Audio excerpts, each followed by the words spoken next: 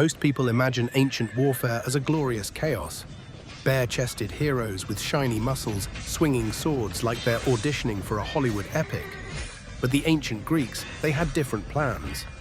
They took one look at that messy, testosterone-driven free-for-all and said, "That's inefficient.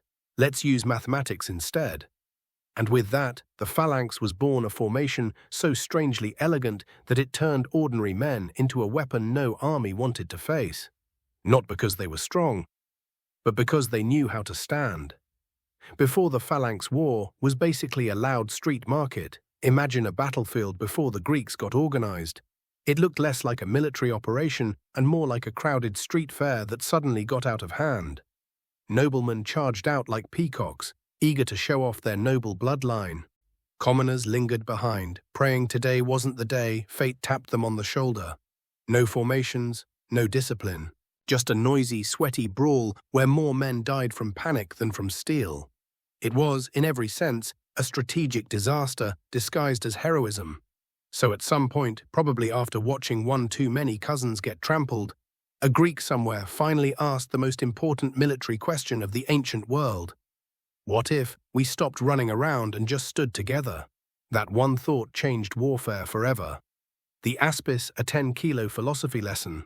The beating heart of the phalanx was not the sword, nor the spear, but the aspis, a round shield almost a meter wide, weighing between 7 and 10 kilograms, made of wood and faced with bronze.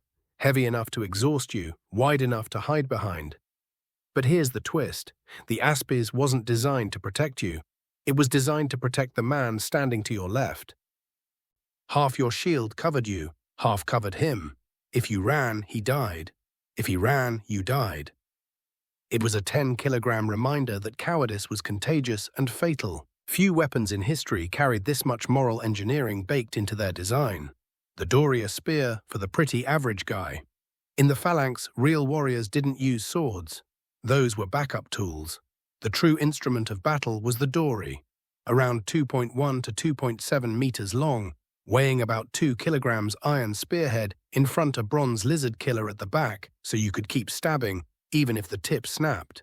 It was engineered for ordinary men. Not the strongest, not the fastest, just consistent. Hold the line, keep your balance, point the stick forward. And for the love of the gods, don't stab the man in front of you. It turned farmers, potters, blacksmiths, and every flavor of everyday Greek into a walking hedge of death. Geometry on the battlefield. The real genius of the phalanx wasn't the equipment, it was the spacing. A phalanx wasn't a crowd, it was a grid.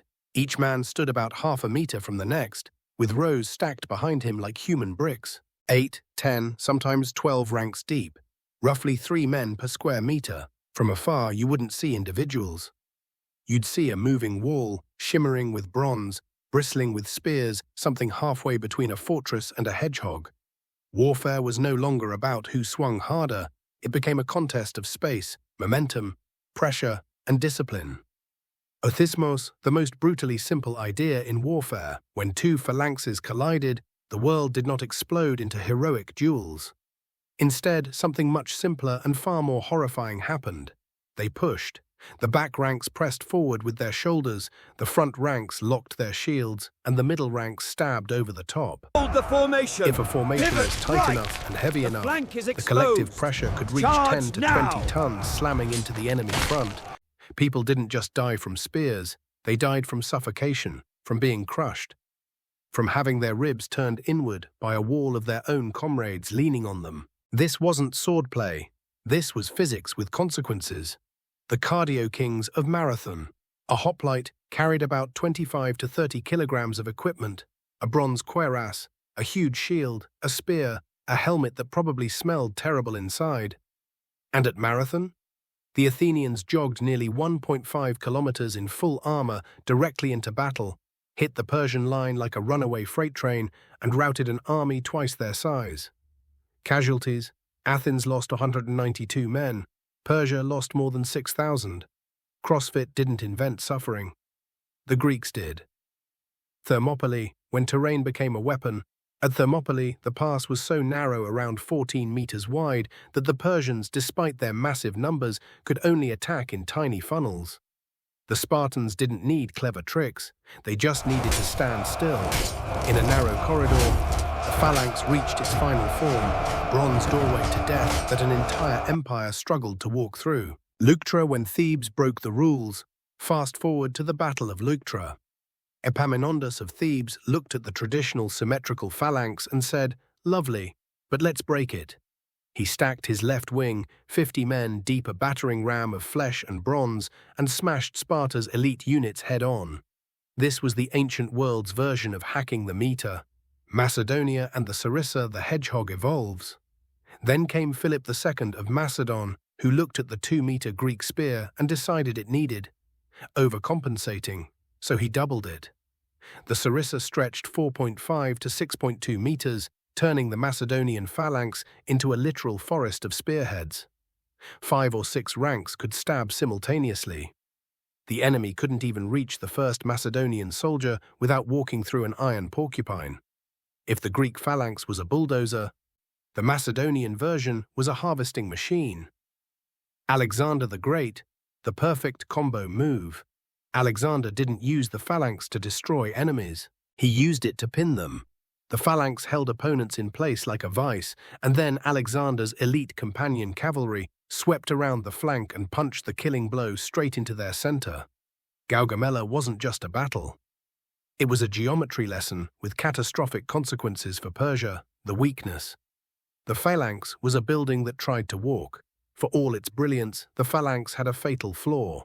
It was terrible at turning. Hit it on flat ground from the front. Good luck.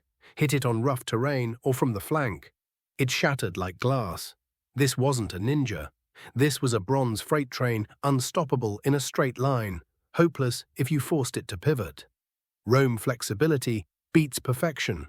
The Romans studied the phalanx and said, "Beautiful, but let's make it flexible."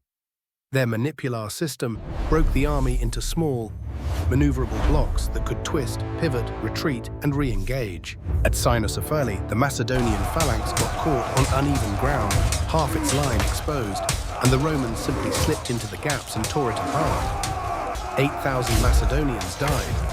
5,000 more were captured. Geometry had met adaptability, and adaptability won. The phalanx and the birth of citizenship. What most people don't realize is that the phalanx didn't just shape battlefields, it shaped politics. In Athens, the men who could afford armor and stand in the phalanx were the same men who earned political rights. Defend the city, become a citizen of the city. It was democracy built on bronze. The human psychology inside the wall. Inside the phalanx, you don't see glory. You see the back of the man in front of you, and you feel the breath of the man behind you. You don't stay in formation because you're brave. You stay because leaving would kill the men who trusted you.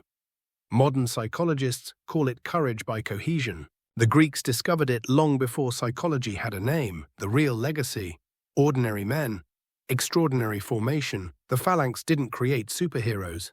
It assembled people who were painfully ordinary. Farmers, potters, carpenters, men who had dust under their nails and debts on their backs, and it taught them one simple rule: don't break the line. From that rule, they became a force that reshaped empires. A single man can be cut down. But a formation, a tight, disciplined, trusting formation, is almost impossible to break.